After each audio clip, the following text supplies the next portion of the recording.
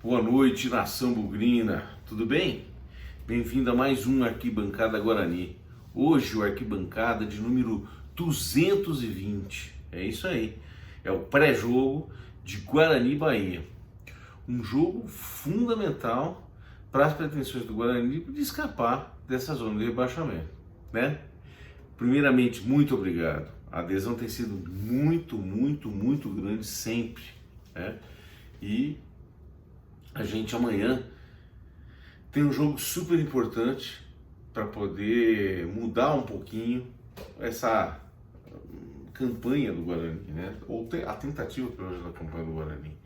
Mas tem alguns pontos de desconfiança que a gente, que é a torcida do Guarani, que muita gente tem em relação a essas possibilidades. Nós vamos ver aqui um pouquinho os números para mostrar que dá para acreditar, mas que não é uma tarefa muito fácil. Já foi pior. O último jogo nós ganhamos do Cruzeiro trouxe para o time do Guarani uma esperança de algum futebol. Como eu falei no último jogo, foi uma das poucas vezes que o Guarani apresentou 1-1. Uma esperança de algum futebol de fato apresentado, né? Muito na base da animação, muito na base do comportamento, da força de vontade dos seus jogadores, da mudança e da humildade que o novo técnico Mozart teve, né? O outro dia, inclusive, eles me pediram, e eu falei isso no pós-jogo, que o Mozart, que a gente falasse da campanha do Mozart. O Mozart hoje tem 4 pontos aproveitados em 6 jogos, e isso é um fato. Então, a gente não pode descartar isso. O jogo de amanhã é mais um jogo muito difícil, assim como era difícil e improvável o jogo do Cruzeiro. O Cruzeiro era líder e hoje o Guarani pega o Bahia, que está em terceiro lugar, né? O Guarani hoje tem 17 pontos em 17 jogos. Então, um aproveitamento de 1/3, de 33%. Apenas 3 vitórias, 8 empates, empatou bastante, e 6 derrotas. Gols pró, 11 gols pró em 17 jogos. É muito pouco, gente. 19 gols contra em 17 jogos, menos 8 de saldo. Quando a gente compara e vê a possibilidade do Guarani escapar ou não, o Guarani hoje precisaria, para escapar, na teoria, e é uma estimativa isso, de 28 pontos em 21 jogos. O aproveitamento que ele precisa para fazer isso é de 44%. Né? O Guarani hoje tem 33%, acabei de falar, no Campeonato Brasileiro. Na temporada, o Guarani tem um pouco mais, em torno de 36%, 37% de aproveitamento. Ou seja, a gente não fez, esse time não fez 44%, mas pode vir a fazer. Já foi pior, como eu falei, o aproveitamento já esteve mais longe das nossas mãos. Né? O Guarani precisa agora de 9 vitórias e 1 empate nos próximos 21 jogos para conseguir escapar. Possível? Possível. Missão fácil? Nem um pouco fácil. Nem um pouco fácil. E é essa a nossa pretensão. É isso que tem que estar na cabeça da torcida do Guarani, do time do Guarani, da diretoria do Guarani. O campeonato do Guarani hoje é escapar muito desse rebaixamento. Seria um desastre para as nossas pretensões futuras o Guarani voltar para a Série C. E dá para ter esperança? Então, eu comecei a comparar junto com vocês com os campeonatos em que o Guarani também fez uma campanha para tentar escapar. De 2020, que era a campanha do Felipe Conceição, em que o Felipe Conceição chegou no Guarani, e em 19, quando o Carpini assumiu o Guarani, né? Na 17ª rodada, igual nós temos agora, em 2020 com o Felipe Conceição, e aí já com ele, a gente tinha 18 pontos marcados. Então a gente acabou, nesse momento, a gente estava com 1 ponto a mais do que temos hoje, né? 4 vitórias, com um aproveitamento de 35%. E a gente tinha já feito 16 gols. Então a situação, nesse exato momento, em 2020, era um pouquinho mais fácil. A gente precisava fazer 1 ponto a menos. A gente precisaria, nesse mais ou menos no mesmo raciocínio, 9 vitórias. E nós escapamos. Em 2019, que nós também escapamos, a nossa situação era muito, mas muito pior do que a que nós temos hoje. A gente era o último colocado, né?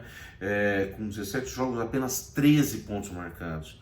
3 vitórias, como hoje, mas em vez de 8 empates, 4 empates. E já tínhamos 10 derrotas. A gente tinha um ataque pior do que temos hoje, menos efetivo. E uma defesa muito parecida. O saldo era ainda pior, menos 9, um aproveitamento ridículo, menor que 26%, 25,5%. Então, no campo das possibilidades, claro, é possível sim o Guarani escapar. No campo da matemática, mas o time do Guarani é um time, como a gente falou, de elenco curto, fraco, com muitas deficiências. Para piorar,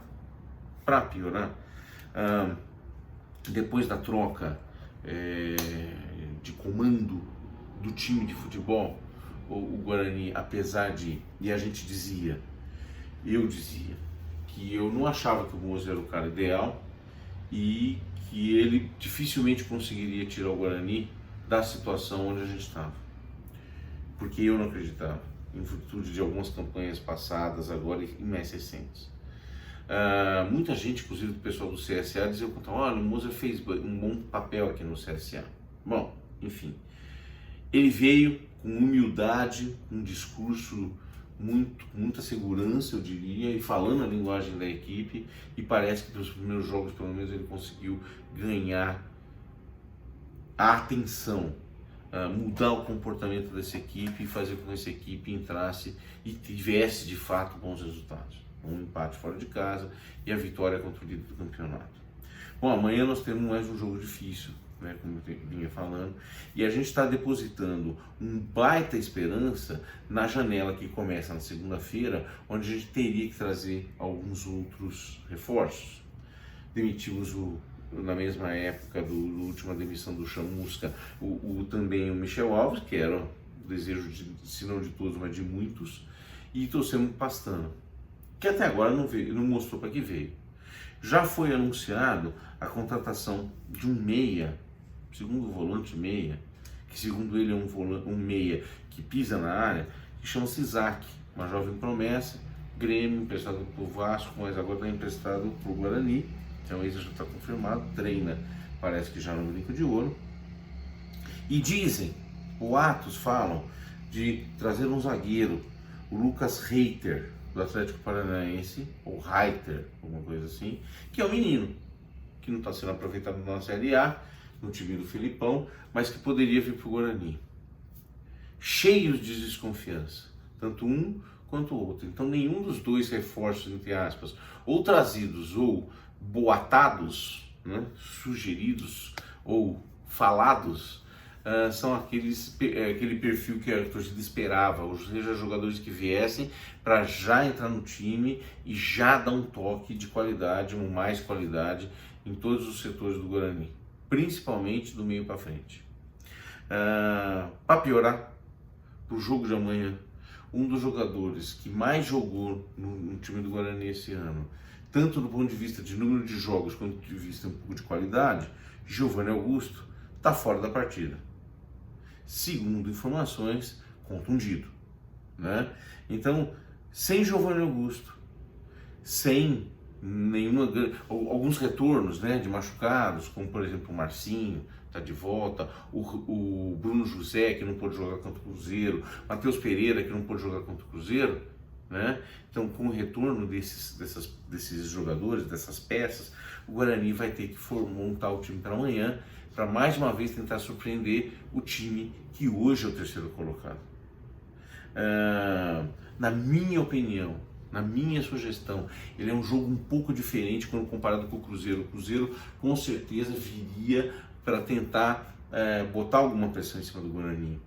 O Bahia também deve, até pela posição dele na tabela, também deve tentar isso, mas eu não estou tão certo. O Guarani tem mais ainda, com o Matheus Pereira, o Guarani tem um lateral esquerdo que ataca um pouco mais, né? Então, tem muitas possibilidades aí em relação a como a gente formar, mas eu não acreditaria num time que pura e simplesmente jogasse para o contra-ataque.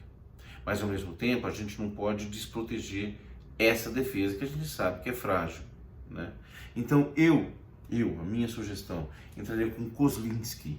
Na lateral direita, eu acho que o Ludic fez por merecer a titularidade pós-jogo contra o Cruzeiro.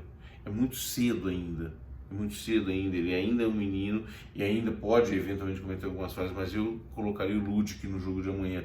Pensei muito, estava muito em dúvida entre ele e o Lucas Ramon. Acho que tem muito pouca diferença, mas eu acho que ainda assim, acho que o Ludic está no melhor momento. Ludic, João Vitor, Derlan. João Vitor e Derlan porque fizeram uma boa partida contra o Cruzeiro e eu acho que tem que manter. Não há motivos para a gente mudar.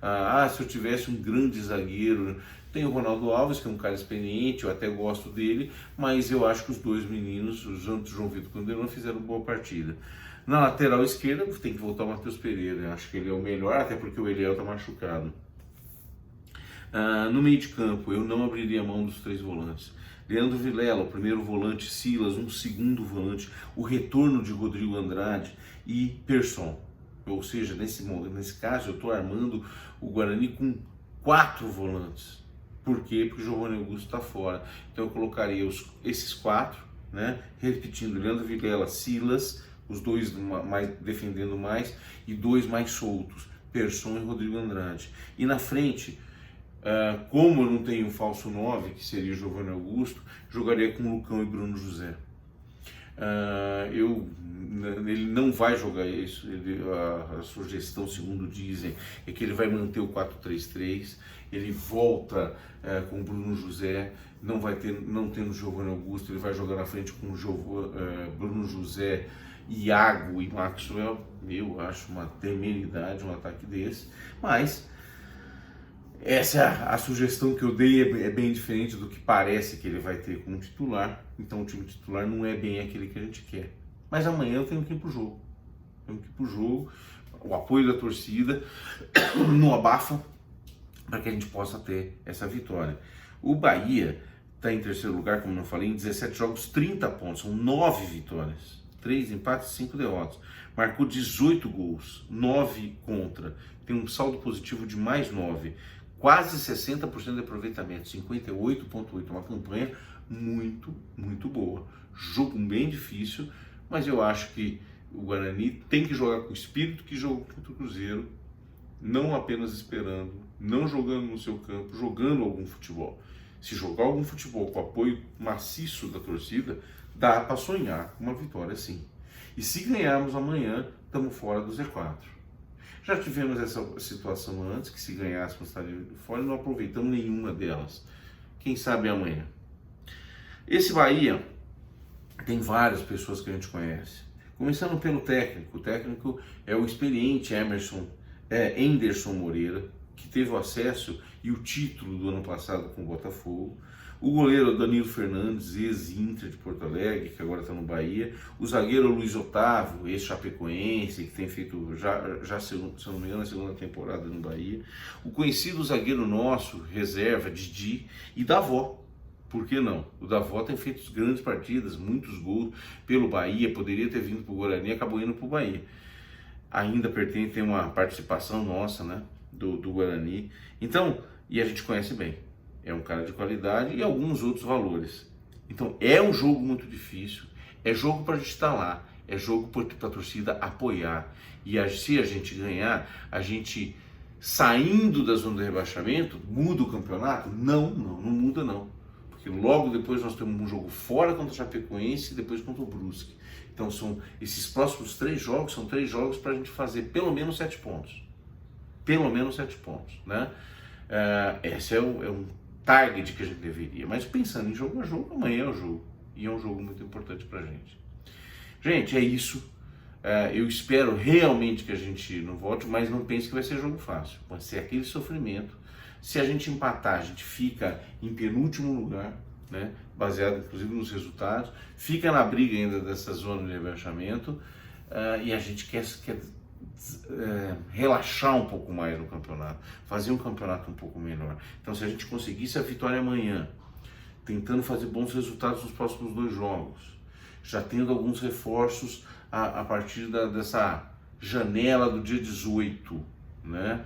e a gente teria que trabalhar mais efetivamente para que a gente pudesse ter no jogo contra o Brusque, por exemplo, alguns jogos reforços de peso, para a gente poder ganhar o jogo contra o Brusque também em casa, seria o ideal.